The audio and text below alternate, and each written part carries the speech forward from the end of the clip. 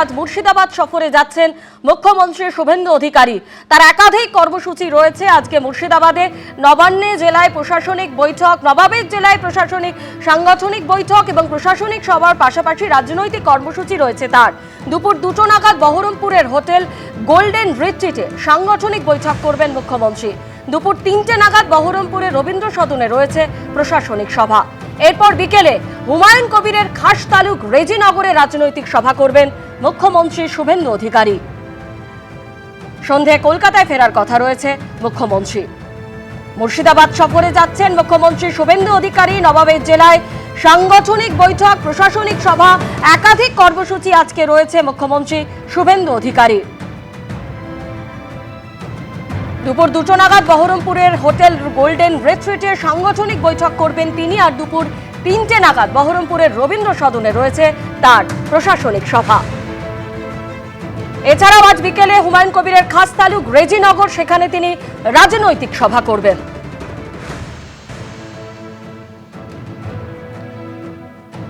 মুর্শিদাবাদ সফরে যাচ্ছেন আজ মুখ্যমন্ত্রী শুভেন্দু অধিকারী।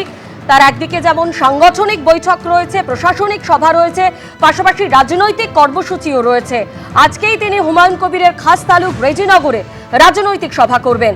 এছাড়াও তার সাংগঠনিক বৈঠক রয়েছে, পাশাপাশি প্রশাসনিক সভাও রয়েছে।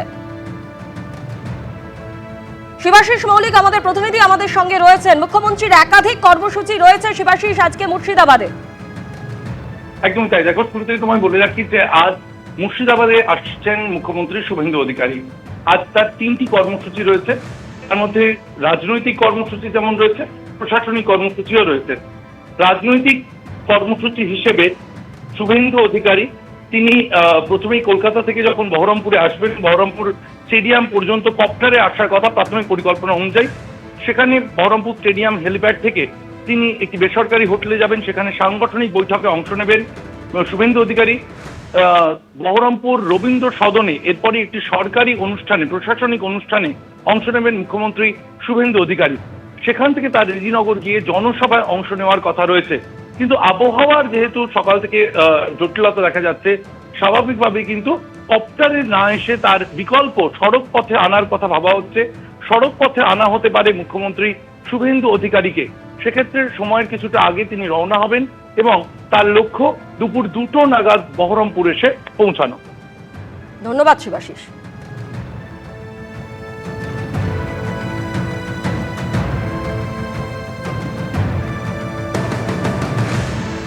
বিজেপিতে যোগ তৃণমূলের প্রাক্তন 3 রাজ্যসভার সাংসদের পদ্ম পতাকা হাতে নিলেন সুখেন্দু শেখর রায়, সুস্মিতা দেব, প্রকাশ চিক বড়াই। যোগদানের কয়েক ঘন্টার মধ্যেই 3 জন পেলেন রাজ্যসভার প্রার্থীপদ। 3 জনকে রাজ্যসভার খালি হওয়া 3টি আসনে প্রার্থী করল বিজেপি। একদা 3 জনই তৃণমূলে ছিলেন, এবার একসঙ্গে বিজেপিতে যোগ দিলেন।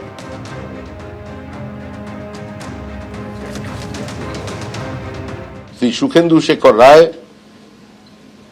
শ্রীমতী সুস্মিতা দেব এবং প্রকাশ চিক বড়াইক, এই 3 জন তারা আমাদের দলে যোগদান করছেন। তৃণমূলের প্রাক্তন 3 সাংসদ যারা বিজেপিতে যোগদান করলেন, আর এই নিয়ে কালীঘাট তৃণমূলের পক্ষে দোলা সেন তিনি বলছেন তুচ্ছ খবর, এতে আমাদের কিছু যায় আসে না। কোনো যায় আসে না, এটা আবার বলছি, এটা আমাদের কোনো যায় আসে, এটা খুব তুচ্ছ খবর আমাদের কাছে। আমাদের দলের মূল ভিত্তি হচ্ছেন মানুষ আর মমতা বন্দ্যোপাধ্যায়। যারা সেইটা ভুলে গিয়ে যা কিছু অন্যথা করবে, আবারও বলছি, সেক্ষেত্রেও মানুষ এবং মমতাই আমাদের দলের ক্ষেত্রে শেষ কথা বলবেন, কোনো এলি তেলি নয়।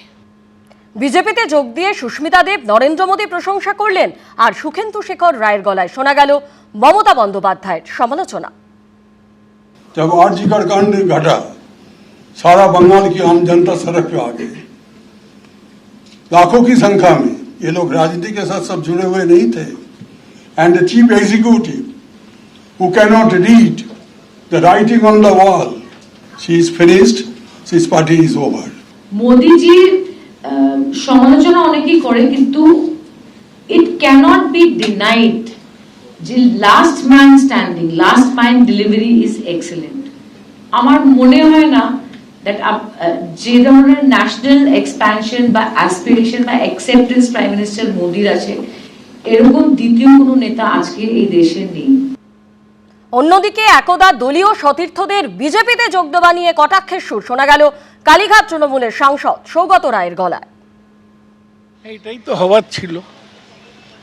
এই যে প্রথমে তৃণমূলের বিরুদ্ধে বলা, তারপরে তো যোগদান করার ছিল।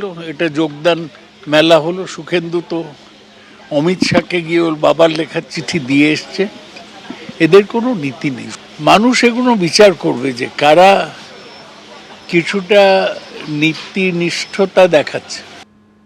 আপনাদের আগেই জানিয়েছি যে আজকে মুর্শিদাবাদে জেলা সফরে যাচ্ছেন মুখ্যমন্ত্রী শুভেন্দু অধিকারী। একদিকে যেমন তার সাংগঠনিক সভা রয়েছে, প্রশাসনিক সভা রয়েছে এবং অন্যদিকে তার রাজনৈতিক কর্মসূচিও রয়েছে। আর অন্যদিকে আমরা গতকালই দেখেছি নবান্নে 4 জন এনসিপিআই সাংসদ যারা রাতে নবান্নে যান এবং তাৎপর্যপূর্ণভাবে তাদের মধ্যে 3 জনই মুর্শিদাবাদের সাংসদ। আমাদের সঙ্গে রয়েছেন আমাদের প্রতিনিধি শিবাশিস মৌলিক। শিবাশিস, একদিকে মুখ্যমন্ত্রী শুভেন্দু অধিকারীর আজকে মুর্শিদাবাদে কর্মসূচি এবং তারই মধ্যে গতকালই মুর্শিদাবাদেরই 3 জন সাংসদ যারা নবান্নে আসেন এবং তারা বেশ কিছুক্ষণ নবান্নে ছিলেন। দেখো, শুরুতেই তোমায় বলে রাখি যে নবান্নে অর্থাৎ রাজ্য সচিবালয়ে কালকে গিয়েছিলেন এনসিপিআইতে যোগদান করা তৃণমূল কংগ্রেসের প্রতীকে জিতে আসা 4 সাংসদ। তাদের মধ্যে শতাব্দী রায় যেমন ছিলেন বীরভূমের সাংসদ, অন্যদিকে আরো 3 জন যারা বর্তমানে এনসিপিআই এর সাথে মিশে গিয়েছেন তৃণমূল কংগ্রেস থেকে জয়ী হওয়া সাংসদ, তাদের 3 জনই কিন্তু মুর্শিদাবাদের। ইউসুফ পাঠান বহরমপুরের সাংসদ, মুর্শিদাবাদের সাংসদ আবু তাহের খান এবং জঙ্গিপুরের সাংসদ খলিলুর রহমান। এই যে 4 জন তারা যান এবং তাদের মধ্যে শতাব্দী রায় তিনি সংবাদ মাধ্যমে জানিয়েছেন যে একেবারেই প্রশাসনিক কাজে রাজ্য পুলিশের ডিজি সিদ্ধিনাথ গুপ্তার সাথে দেখা করতে এসেছেন তিনি।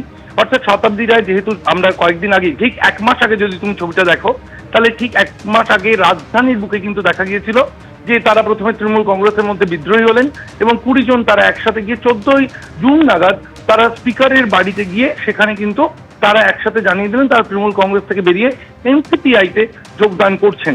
তৃণমূল কংগ্রেস মিশে আছে এনসিপিআইতে এবং তারপরে কিন্তু এই ইউসুফ পাঠান, খলিলুর রহমান, আবু তাহের খান এবং শতাব্দী রায় তাদের নবান্নে আসা বিশেষভাবে তাৎপর্যপূর্ণ মনে করছে সকলে।